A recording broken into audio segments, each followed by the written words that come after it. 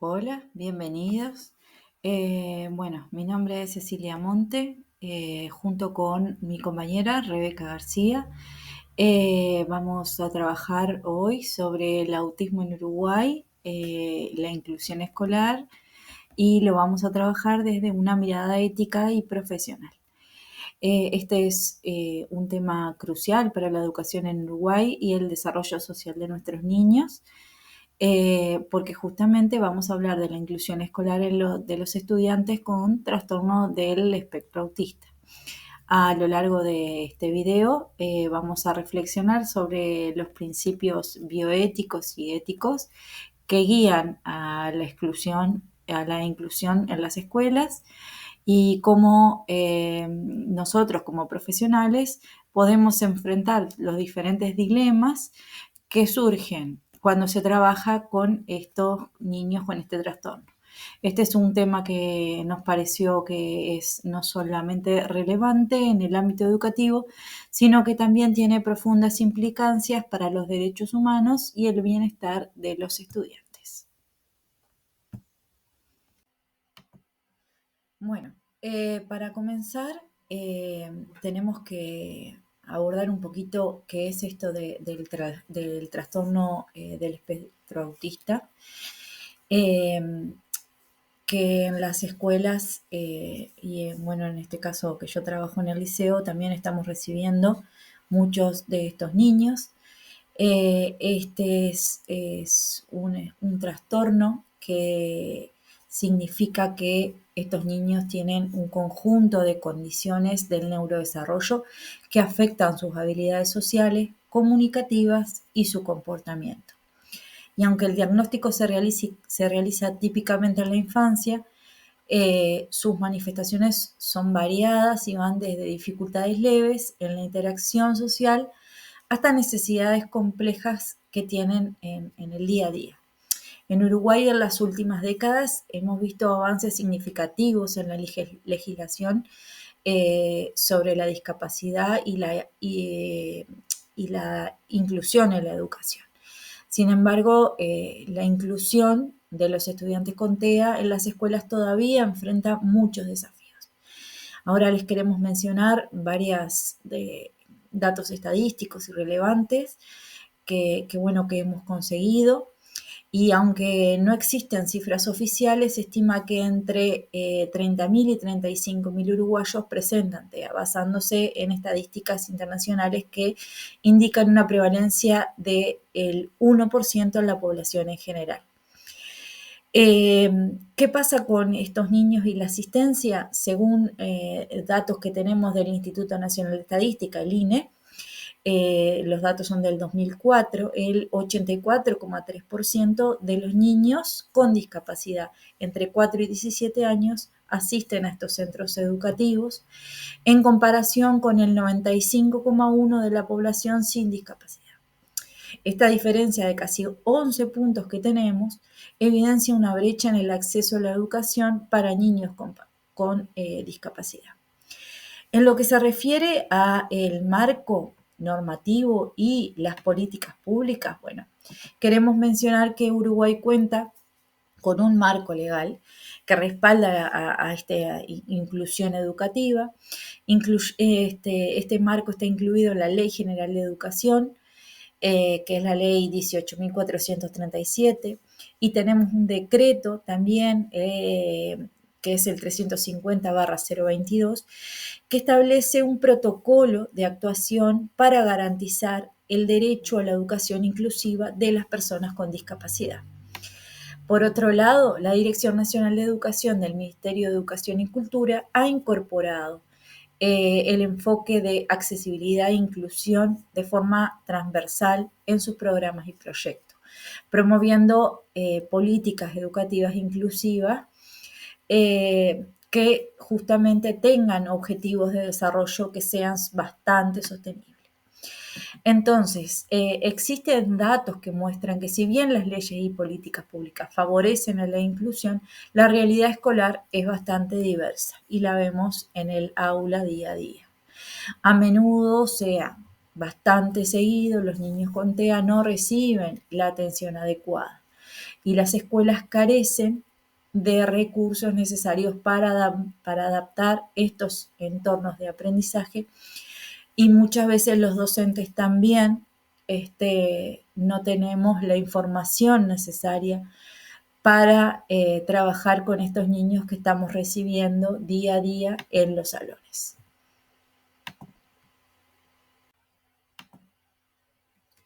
Bueno, ahora vamos a hacer referencia a los conflictos éticos. ¿A qué hacemos referencia cuando hablamos de conflictos éticos? Bueno, uno de los grandes retos que enfrentamos es la discriminación por omisión. No siempre se discrimina de manera explícita, pero la falta de adaptación del entorno educativo, de los recursos adecuados, como hablábamos anteriormente, puede excluir de hecho a estos estudiantes que estamos recibiendo con TEA. Esto no siempre es, vamos a decir, intencional, pero sí es una forma de exclusión que debe ser superada. Además, también existe una tensión constante entre lo individual y lo colectivo. Las escuelas deberían adaptarse a una pluralidad de estudiantes. Pero, ¿qué pasa cuando se deben hacer ajustes para un niño con necesidades específicas sin justamente afectar a todo el resto? Entonces, las prácticas pedagógicas inclusivas pueden implicar cambios en la metodología, los recursos, hasta la misma estructura que tenemos en el aula, lo que requiere claramente de un esfuerzo y una planificación que tendríamos que gestionarla de manera ética. Otro conflicto ético importante que nos gustaría mencionar y que ahí lo agregamos es la desigualdad en el acceso a apoyos educativos. Mientras algunas familias pueden costear, pueden pagar un acompañante terapéutico, inclusive dentro del aula, y que tenemos estudiantes que son acompañados por estos profesionales, otras familias obviamente no tienen esta posibilidad de que se los acompañe.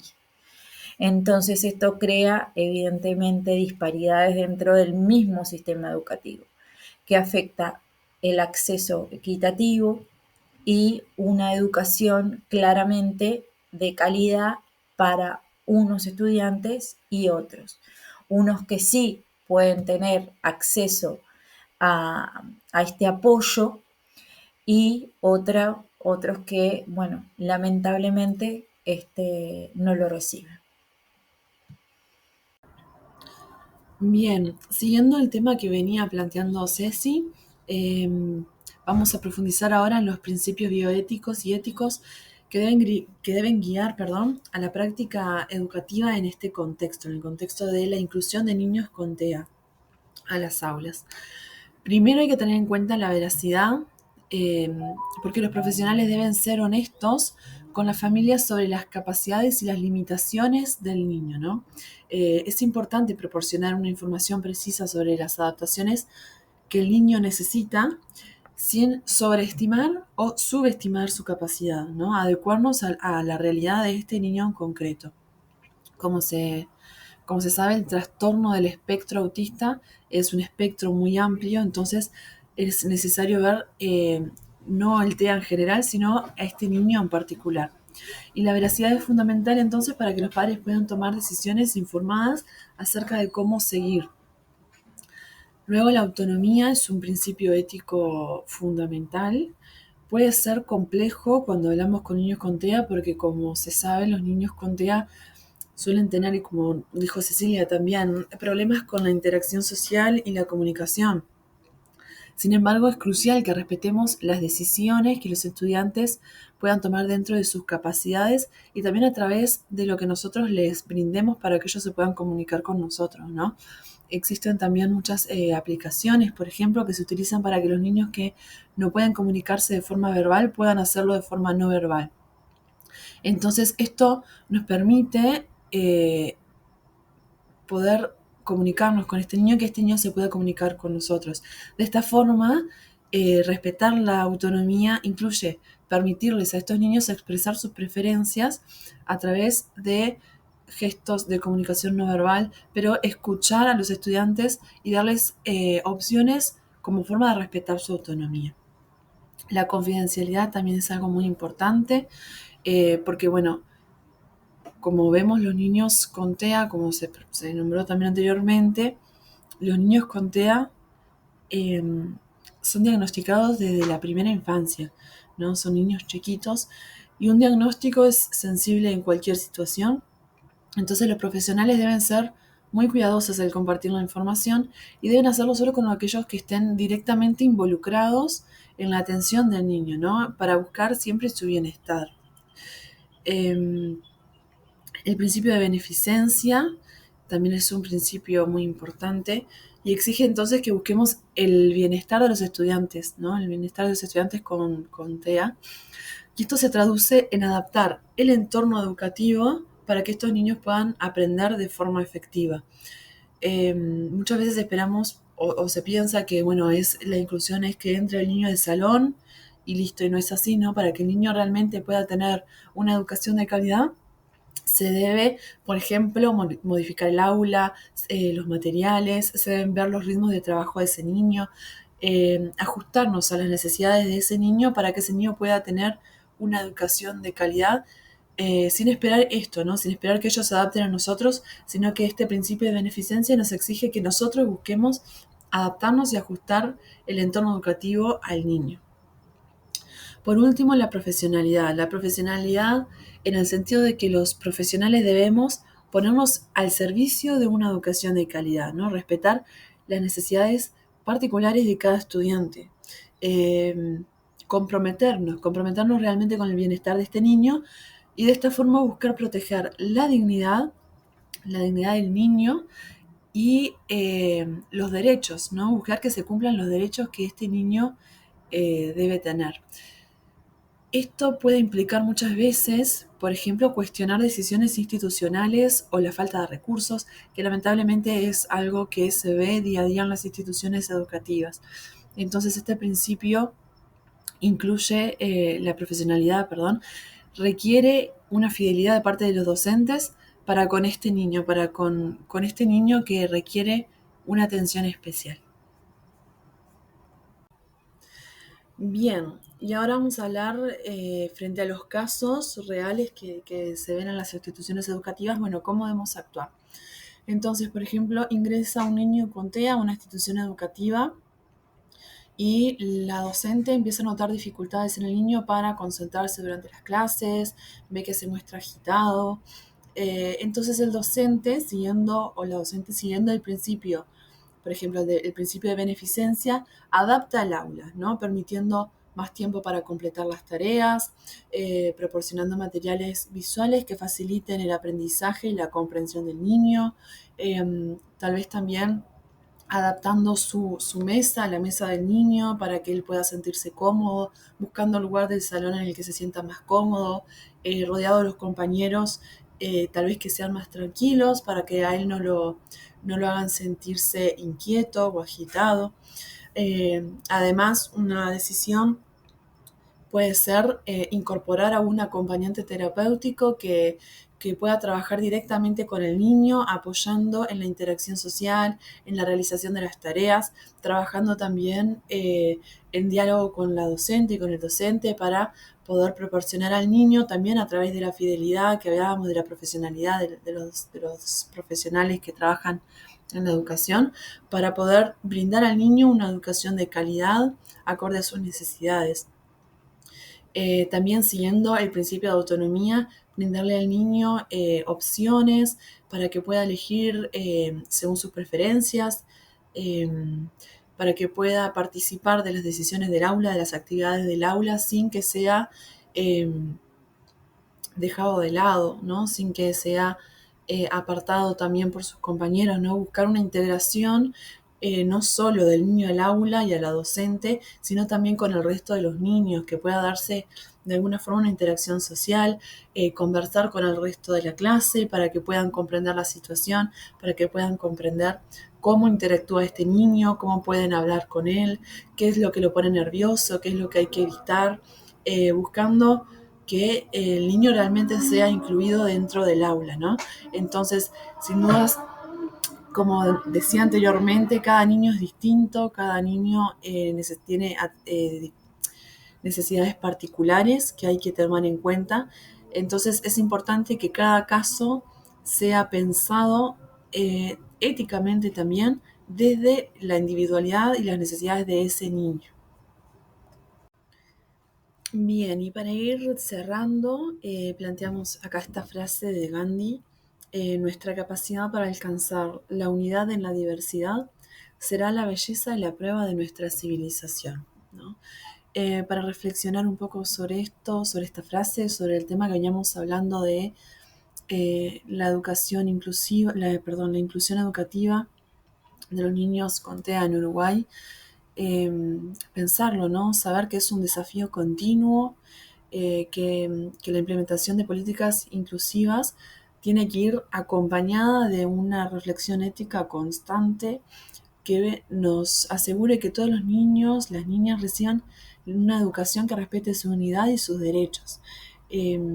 También tomar esto en cuenta de que los profesionales deben estar comprometidos deben estar comprometidos con la equidad, con la justicia, con el respeto por las diferencias, que el trabajo ético de todos los involucrados en la educación inclusiva es fundamental para poder construir una civilización, como dice Gandhi, más justa, más humana. Entonces es nuestro deber garantizar que los niños con TEA tengan acceso a una educación de calidad, ¿no? Que les ayude a desarrollarse y participar activamente en la vida social. Muy bien, y por acá vamos terminando, vamos cerrando un poco esta reflexión sobre la inclusión educativa de niños y niñas con TEA acá en Uruguay.